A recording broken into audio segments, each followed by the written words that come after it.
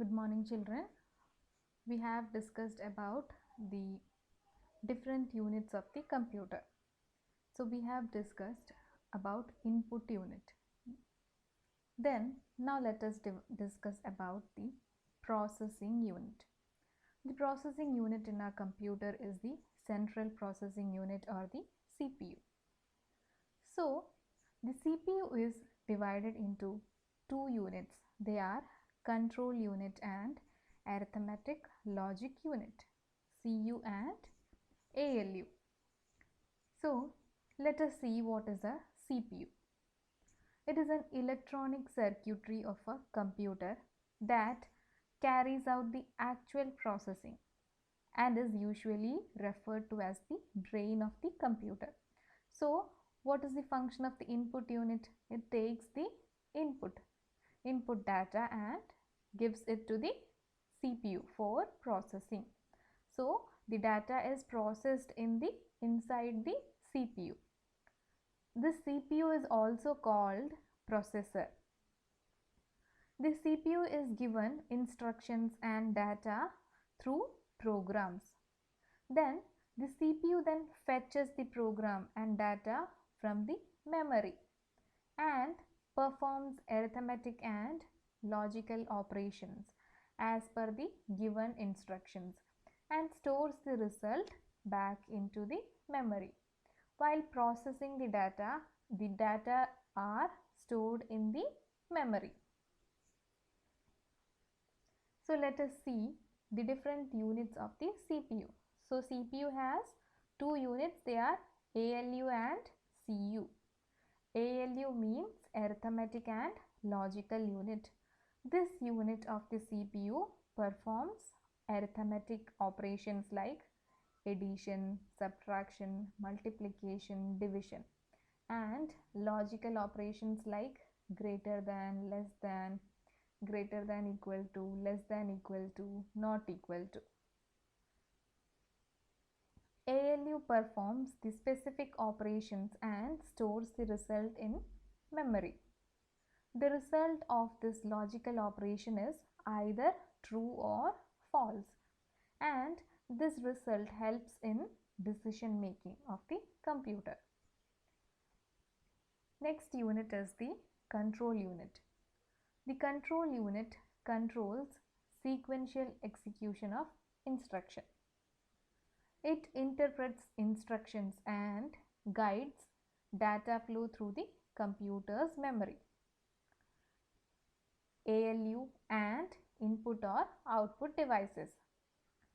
It sends control signals to ALU and memory for carrying the required operation. CPU is also popularly known as microprocessor.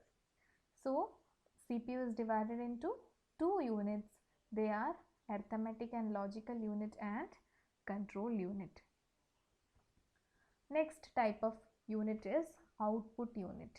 So all the output devices constitute the output unit. So let us see what are the different types of output devices. So output devices are categorized into two: hard copy output devices and soft copy output devices. So what is a hard copy output device? A device which produces the output in the form of a hard copy. That output can be viewed after the output is generated or at later time also. Such type of output device is our printer. Printer generates the output in the form of a paper, that is in the form of a hard copy, and this output can be viewed later in our time. And what is a soft copy output device? Soft copy output device generates the output in the form of a soft copy. This soft copy is saved in the computer system and it will be lost when the power is switched off. Such type of output devices are our computer, monitors, television, etc. So let us see different output devices. So the output devices are visual display unit or VDU, LCD screen television, printers, speakers, plotters. So what is a VDU or monitor? A VDU displays images generated by a computer or other electronic devices. It displays information in the same way as on the TV screen. Its display can be either CRT, that is cathode ray tube, LCD, LED or plasma. Next type of output device is LCD screen television, that is liquid crystal display. It is light in weight and smaller compared to our CRT monitors. Next type of output device is printer. It is used to generate hard copies of the output generated as text. There are three types of printers. They are dot matrix printer, inkjet printer and laser printer. Dot matrix printer is an impact printer. That is, there is a mechanical contact between the paper and the device when it gets printed. Such type of printers are called impact printer. It uses dots to create an image and it has low operating cost. So this is how a dot matrix printer look like. Next is inkjet printer.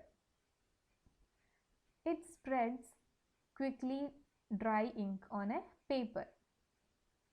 It generates high quality print and it is suitable for home and small offices.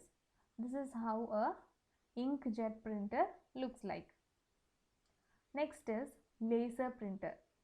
Laser printer uses laser technology and they are very fast. This is how a laser printer look like. Next type of output device is speakers.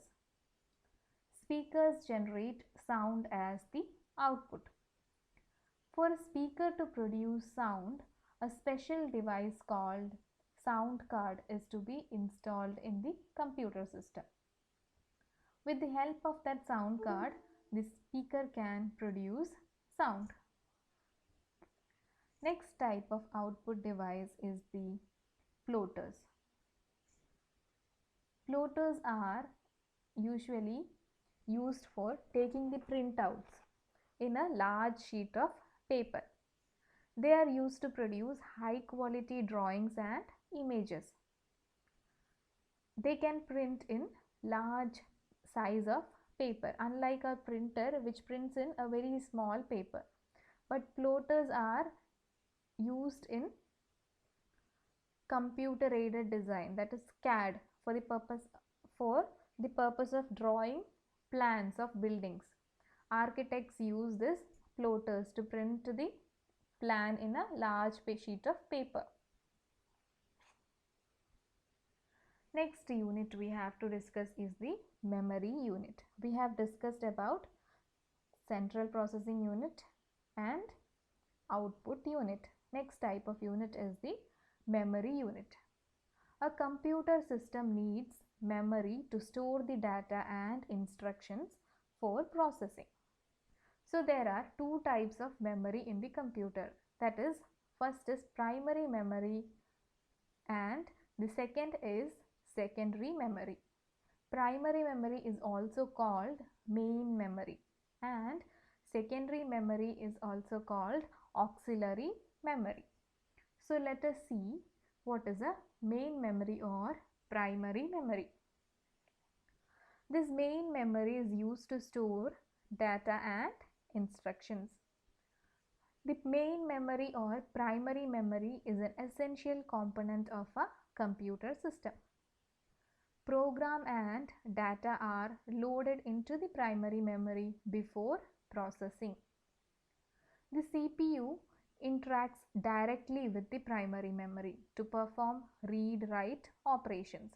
So the primary memory is again classified into RAM and ROM, random access memory RAM and read-only memory ROM. A RAM is a volatile memory. That is, as long as the power is supplied to the computer, it retains the data stored in it. But as soon as the power supply is turned off, all the contents of RAM are wiped out. It is used to store data temporarily while computer is working. While typing a document in a Microsoft Word, if you haven't saved the document, then if there is a occurrence of a power failure occurs, then the data in that document is lost because it is not permanently stored, because that document is not saved. You are just typing the document and because it is stored in the RAM memory. If we have saved the document, it would be in the secondary storage device. But all the data that are under processing are stored in the RAM memory. And if we haven't saved the data, it will be lost when there is a power failure. Whenever the computer is started or a software application is launched, the required program and data are loaded into RAM memory for processing.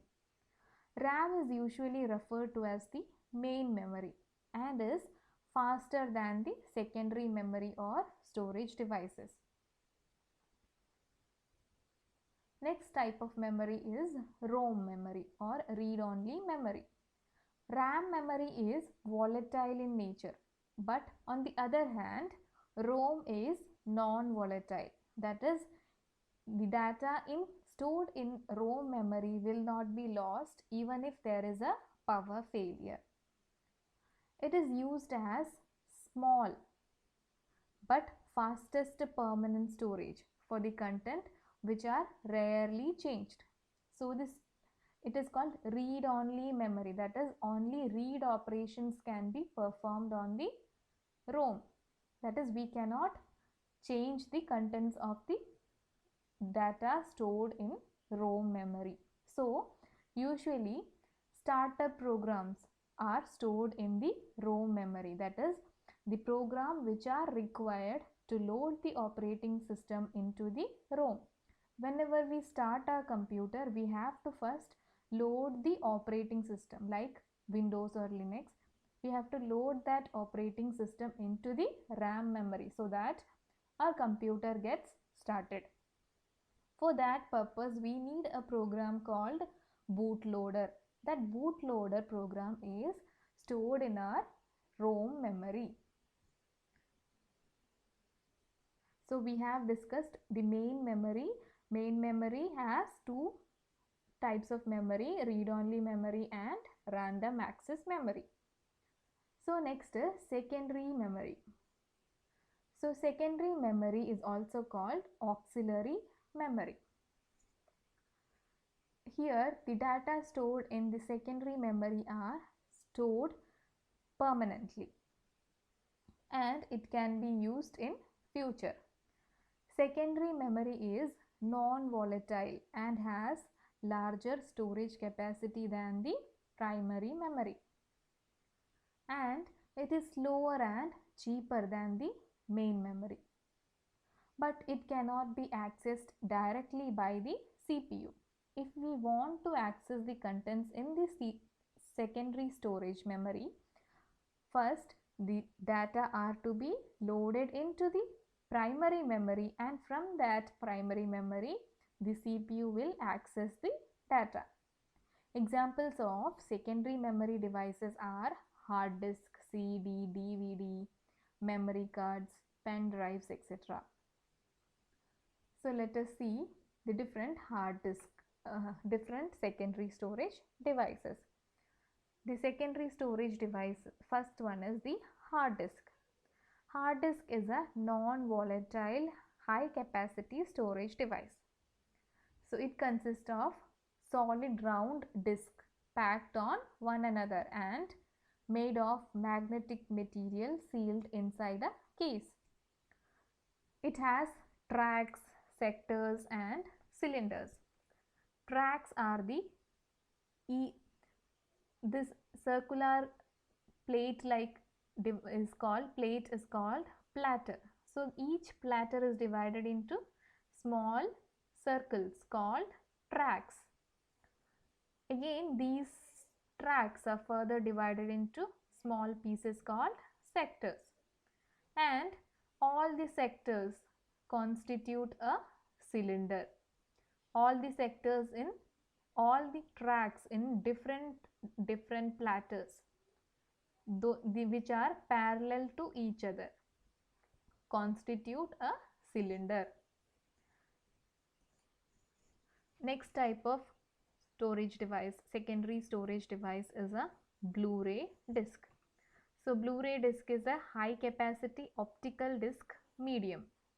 It supports high resolution videos and more advanced audio and video format. Next type of storage device is CD. It is a thin optical disc used to store video and audio. Its storage capacity is about 700 MB. Next type of storage disc is digital versatile disc or DVD. It is also an optical storage device, and its storage capacity is about 4.7 GB to 8.5 GB. Next type of storage devices are magnetic tapes. Here, data are stored in the form of magnetic coatings on a tape. On a tape, data are stored in the form of magnetic coatings.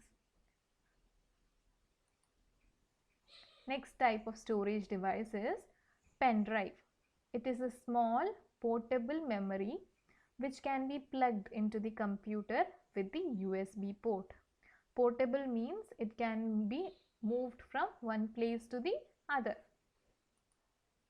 Next type of storage device is memory cards. They are mainly used with digital cameras, computers, mobile phones, etc. Thank you.